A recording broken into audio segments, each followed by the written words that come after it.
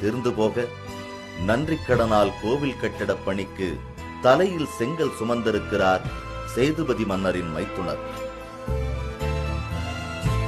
1947 ஆண்டு ஜூன் திங்கள் 22ஆம் நாள் அருளானந்தர் புனிதர் பட்டம் பெற்றதன் நினைவாக 1960ஆம் ஆண்டு ஜூன் திங்கள் 20ஆம் தேதி அர்ச்சிக்கப்பட்டது அழகு மிளிரும் இப்புனித அருளானந்தர் ஆலயம்.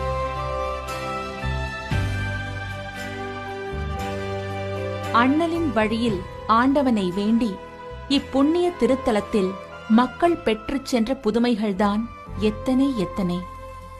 புனித அருளானந்தர் திருத்தலத்தில் உபதேசியாரா 15 வருஷமாக வேலை பார்த்துக்கிட்டு வருகிறேன்.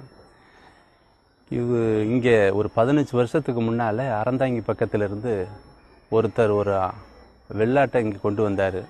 அந்த ஆட்டுக்கு 3 கொம்பு முளைத்திருந்தது.